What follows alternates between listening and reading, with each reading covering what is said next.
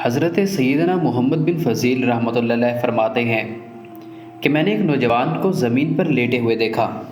وہ بہت زیادہ رو رہا تھا۔ میں نے اپنے ایک دوست سے کہا آؤ اس کے پاس چلیں، یقیناً یہ بیمار ہے۔ تو میرے دوست نے کہا یہ بیمار نہیں بلکہ اس کا دل اللہ کی محبت میں ڈوبا ہوا ہے، اسے عبید مجنون کے نام سے پکارا جاتا ہے۔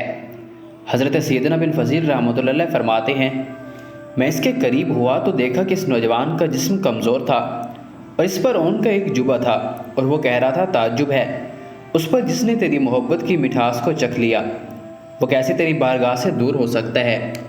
پھر وہ اسی بات کو دہراتا رہا یہاں تک کہ بے ہوش ہو گیا۔ میں نے اپنے دوست کو کہا اللہ کی قسم مجنون وہ ہوتا ہے جو اس مقام تک نہ پہنچا ہو۔ جب اس کو ہوش آیا تو پوچھنے لگا آپ مجھے کیوں دیکھ رہے ہیں؟ ہم نے کہا شاید آپ کو دوا کی ضرورت ہے جو آپ کو اس بیماری سے شفا یاب کر دے۔ اس نے کہا جس ذات نے مجھے اس بیماری میں مبتلا کیا ہے دوا بھی اسی کے پاس ہے، لیکن جو بھی اس بیماری کا علاج کرانا چاہتا ہے وہ مزید بیمار ہو جاتا ہے۔ میں نے کہا وہ علاج کیا ہے؟ تو اس نے بتایا کہ اس بیماری کا علاج حرام کو ترک کرنے، گناہوں سے اجتناب کرنا اور رات کو تہجد ادا کرنے میں ہے، جبکہ لوگ سوئے ہوئے ہیں۔ یہ کہنے کے بعد وہ بہت زیادہ روئے اور ہم بھی اس کے ساتھ رونے لگے۔ پھر ہم نے اس سے کہا ہم آپ کے مہمان ہیں، ہمارے لیے دعا فرمائیے۔ تو اس نے کہا میں اس میدان کے شہسواروں میں سے نہیں ہوں۔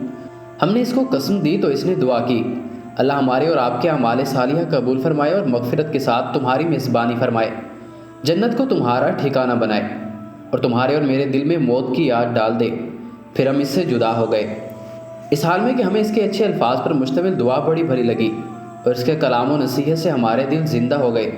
یہ تو ایک دیوانے کی حالت ہے جو کہ حبیب سے محبت کرتا ہے، تو تم جیسے عقل مند اور دانا کا کیا حال ہونا چاہیے؟